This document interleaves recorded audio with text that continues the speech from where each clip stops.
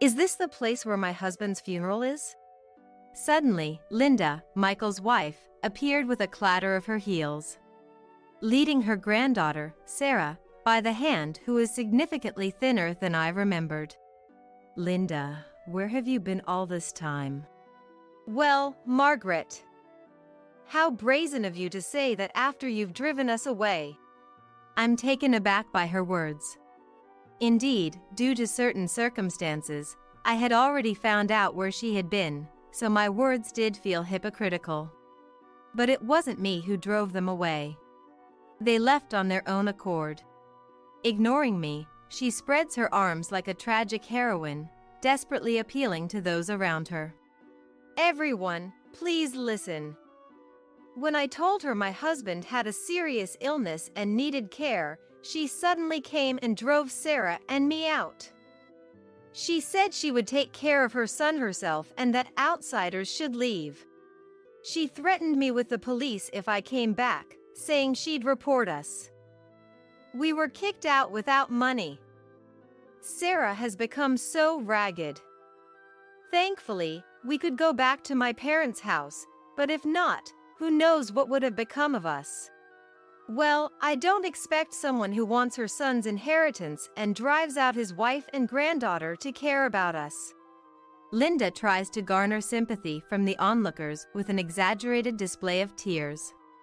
The sight of her emaciated granddaughter only reinforces her narrative of being the tragic wife driven out by a monstrous mother-in-law for the son's inheritance. Just as Michael feared would happen, I sigh. I had prepared for something like this just in case, but never thought it would actually come to this. What are you talking about? Despite having informed her of my son's funeral, she came late. And then she starts making all these accusations. The one making accusations without any basis is you, Margaret.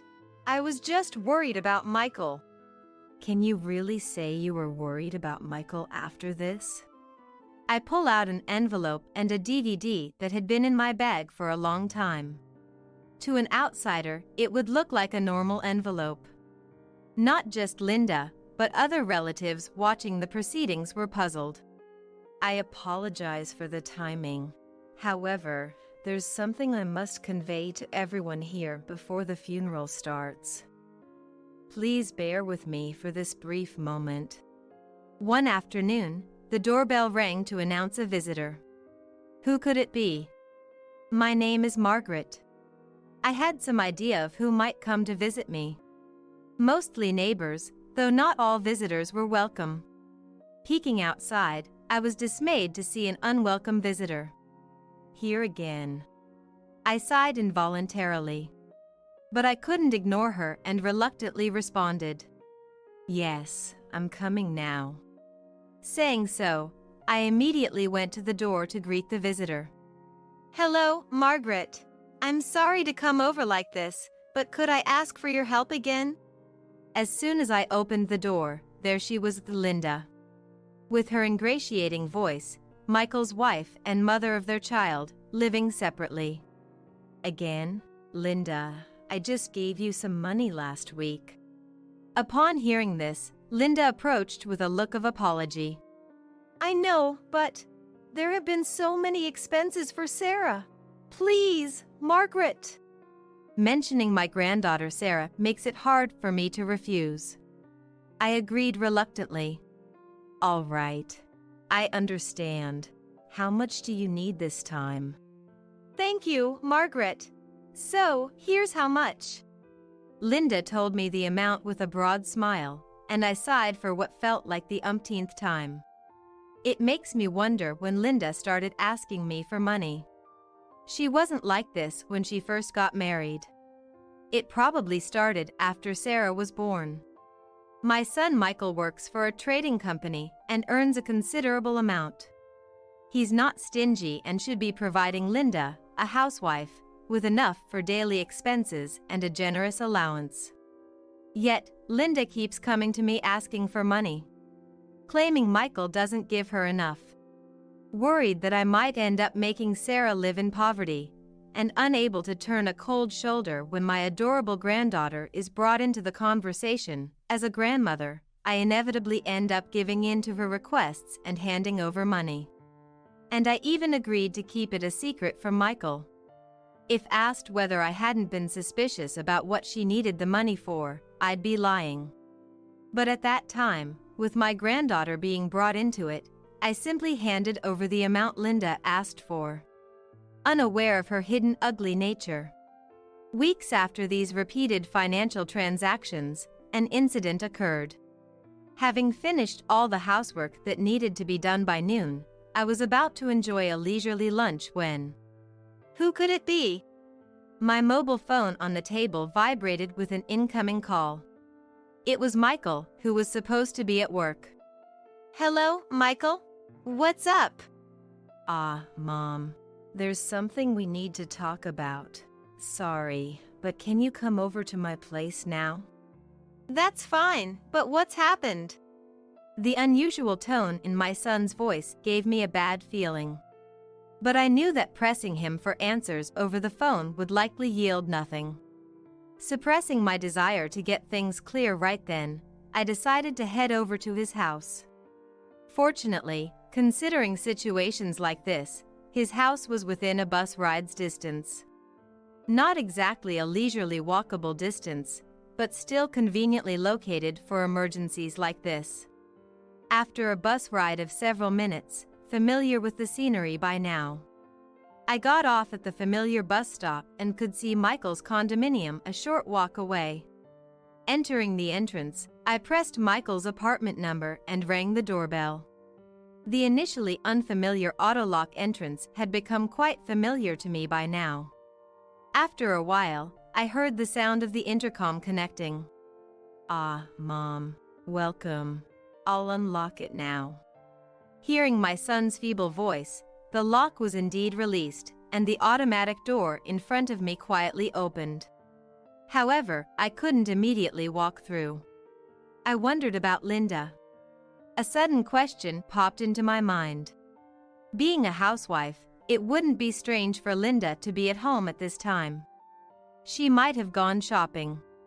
But given the condition Michael sounded in, it seemed unlikely he would be left alone, especially knowing his mother was coming over. If it was just shopping, she could have left after I arrived. Mom, the door's closing? Snapped back to reality by Michael's puzzled voice, I hurried through the autolock door. Given it was a weekday afternoon, there was an eerie absence of people beyond the door. The hallway lights were off because it was daytime, and its dimness only accelerated the bad feeling I had been having. It's okay. It's just me being paranoid.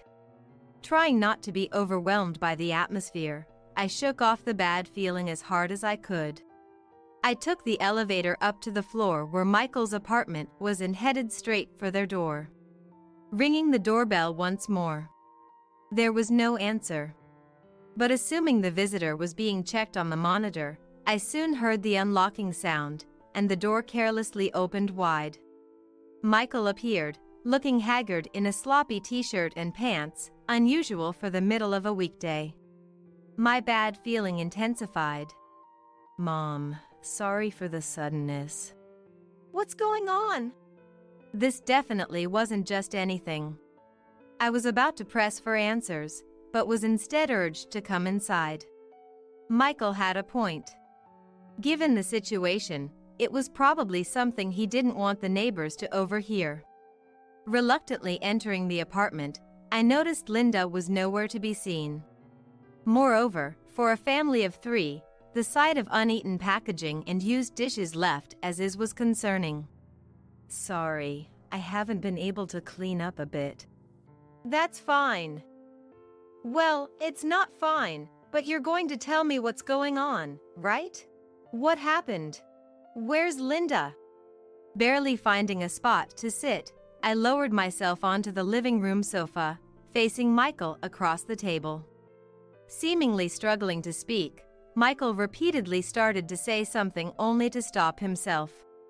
However, having made up his mind, he finally shared something unbelievable. It all started last month. during a health checkup at his company. Though Michael used to catch colds frequently as a child, he hadn't been sick since becoming an adult. Yet, he failed the health checkup. He was told that he needed a thorough examination urgently. Indeed, around the time of the health checkup, he had been feeling unusually tired, but with the busyness of work, he thought little of it. Even when told he needed a detailed examination, he initially took it as a fluke. But upon undergoing further tests, urged by his company and for peace of mind, it was discovered he had developed a difficult-to-treat rare disease. And at just 28 years old, the disease was progressing quickly, affecting his ability to work by the time the examination results came in. As a result, Michael had to quit his job and, as the disease gradually impacted his daily life, it became clear he would eventually need care. I couldn't grasp the situation immediately. My son, having a rare disease and needing care to such an extent.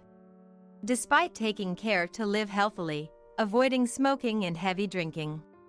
How could this happen? I didn't want to believe it. The absence of Linda and the disarray of the room led me to an even worse feeling. Speaking of which, Linda is late, isn't she? Has she gone shopping, or is she picking up Sarah? Yes. Linda, his wife who hadn't been seen or mentioned until now. She must have a reason for being out. Just out. I tried to convince myself, but reason told me it was overly optimistic. Yet I mentioned it anyway. But as soon as I mentioned Linda's name, Michael's face grew even darker. Just that was enough to confirm my fears. Linda took Sarah and left. She said she couldn't handle it anymore. Michael said with a bitter laugh, though it was far from funny. I had suspected as much, but hearing it was a shock. She couldn't handle it. I almost blurted out in blame towards Linda and hastily stopped myself. It didn't necessarily have to be home care, there were other options. If she had consulted me, I could have helped with housework or taking care of Sarah. I understand the shock of suddenly having an unemployed husband with a rare disease needing care. But leaving like this seemed unjustifiable. Which is why, Mom, I'm sorry to say, but you're the only one I can rely on now. I wasn't so foolish as to not understand the situation. With his wife gone, I was the only one he could depend on. That must be why. I understand. I'll take care of you as much as I can. Let's start with cleaning up the house, shall we? While the task was daunting, succumbing to despair would only hasten the disease's progression. I had to avoid showing reluctance or dismay, as it would only accelerate my son's illness. So, I chose to end on a brighter note. It seemed to have an impact on him, however small. Perhaps because of the disease's toll on his once lively days. His smile was stiff. Thank you, he replied. The caregiving days that followed felt both long and short, a state I couldn't quite describe. Moving from my house to live with my son wasn't feasible, so I began living with him for home care. I stayed in the room that Sarah, taken away by Linda, used to occupy. Home care was a new territory for me, and honestly, I didn't know where to start. Even trying to research at the local library was of little help, as most resources were aimed at caring for the elderly, unfortunately not applicable to our situation. I did consult the hospital where he was being treated, but I'm sorry, but the hospital primarily focuses on treatment. Regarding home care, I'm afraid we can only offer advice similar to what you'd receive for standard care. It's slightly different, but we can hospitalize patients with rare diseases temporarily. However, that's only for cases where caregivers, like family members, are unable to provide care at home due to reasons such as needing rest. And, again, it's only temporary, so there's a limit to how many days you can apply for within a year. Therefore, we don't offer permanent hospital care. That was their response. In the end, it seemed like I had no choice but to learn as I went. I hadn't really considered hiring a helper or placing him in a facility. I felt bad, but the idea of a stranger coming into our home to help was unsettling. And despite my inexperience, I was hesitant to entrust my son to a facility. Difficulty finding a place due to his age and the severity of his disease played a part as well. Nonetheless, I continued to care for Michael as best I could, though reality proved to be harsh. His youth did not spare him, the disease worsened daily, and less than a year into my caregiving, my efforts felt in vain as Michael passed away. Thank you for coming despite your busy schedules. I greeted each family member who attended Michael's funeral. Though she had left, Linda, still legally his wife, was informed about Michael's passing over the phone. I tried to reach out, but whether she was busy or for some other reason, she didn't answer, so I left a message on her voicemail, and I ended up being the representative on the day. Not that the relatives didn't comment on it. Some openly criticized Linda for her absence. But I couldn't reveal everything there and could only respond with a wry smile. That's when it happened. Is this where my husband's funeral is taking place? Linda appeared suddenly. Her footsteps echoing, pulling a much thinner Sarah by the hand. Linda, where have you been all this time? Well, Margaret. It's quite hypocritical to kick me and Sarah out and then act like this. Her accusation surprised me. I knew where she had been, making my question somewhat insincere. But me, kicking them out? She was the one who left on her own. Ignoring me, Linda dramatically appealed to those around her like a tragic heroine. Everyone, please listen. When I told her my husband needed care for his rare disease, she suddenly came and kicked me and Sarah out. She said she would take care of her son herself and that outsiders should leave. Even when I tried to return because I was worried about my husband, she threatened to call the police if I came any closer. We were suddenly thrown out without money, and look how pitiful Sarah has become. Luckily, we managed to return to my parents' house, but who knows what would have happened otherwise. Well, a person who kicks out her daughter-in-law and granddaughter to get her son's inheritance probably wouldn't care about us anyway. Linda feigned tears, seeking sympathy from the crowd. With Sarah's emaciated figure beside her, she must have thought she painted the perfect picture of a grieving wife and a monstrous mother-in-law greedy for her son's inheritance. Just as Michael feared. I sighed. I had prepared something just in case something like this happened, but I never thought Michael's fears would become reality. What are you talking about?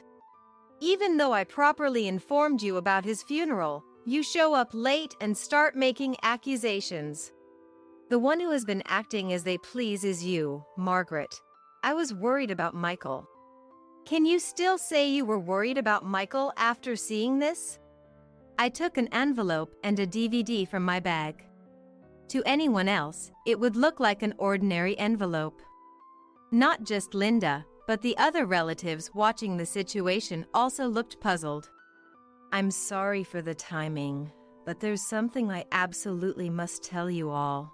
So, please bear with me for just a few moments before the funeral begins.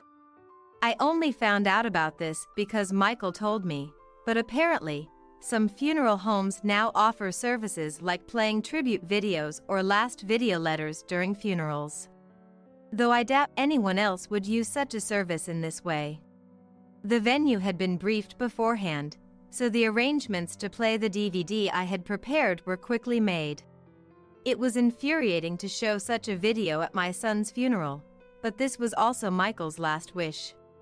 I asked everyone present to gather in the hall for a moment.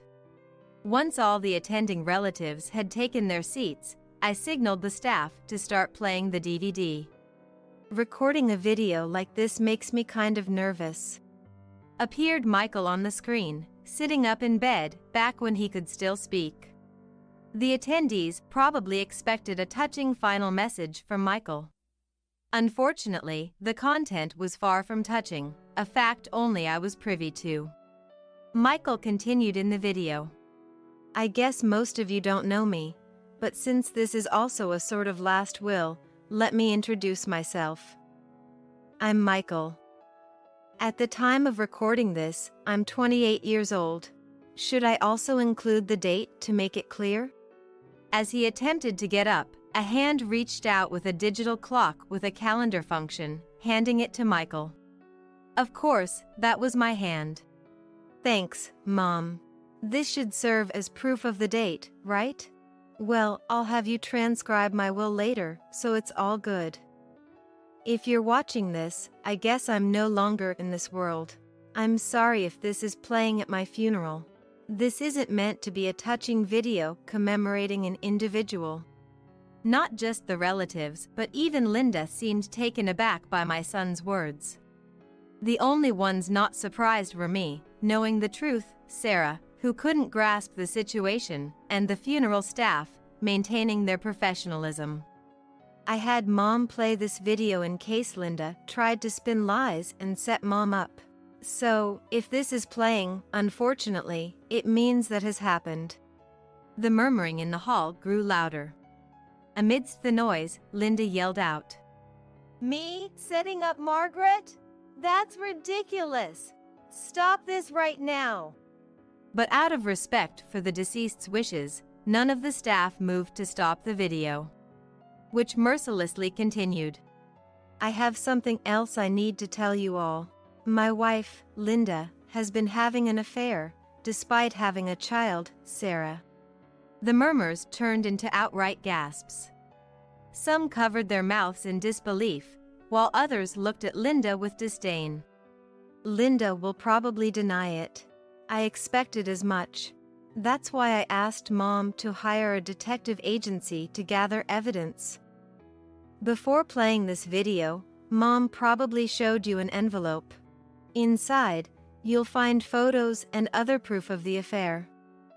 It's not pleasant, but for those who can't believe it, Mom, would you mind showing them?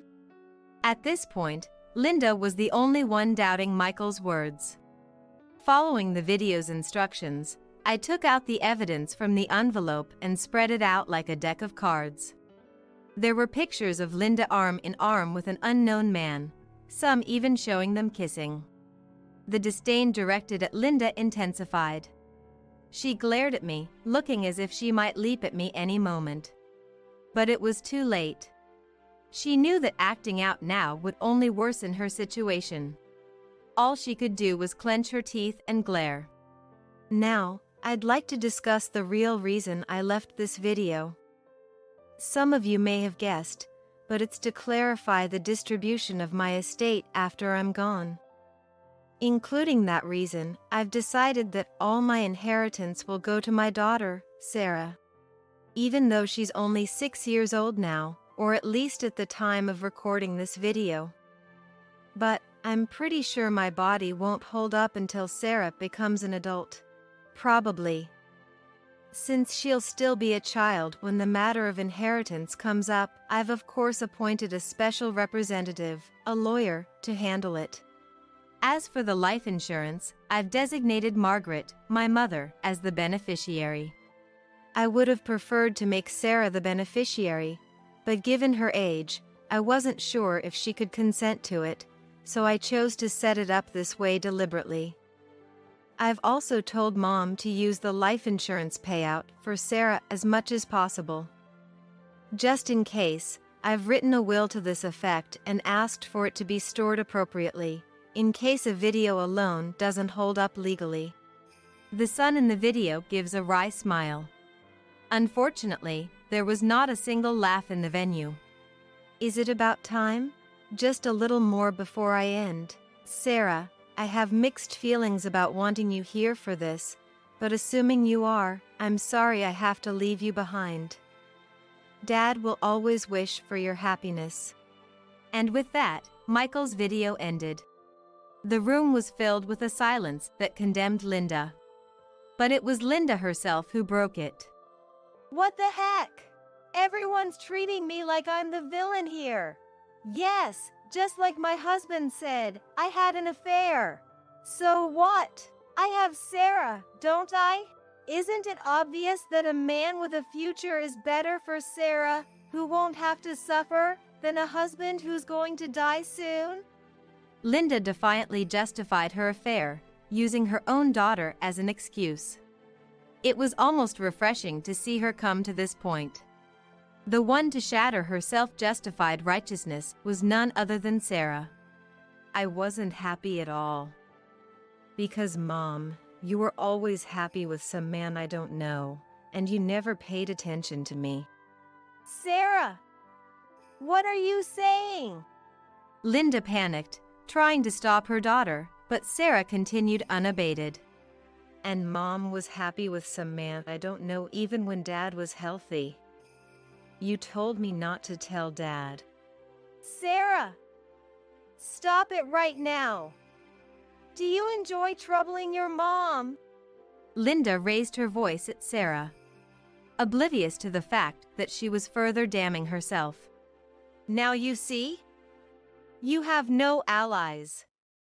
You've even turned your own daughter against you. And as the video mentioned, my son entrusted Sarah to me.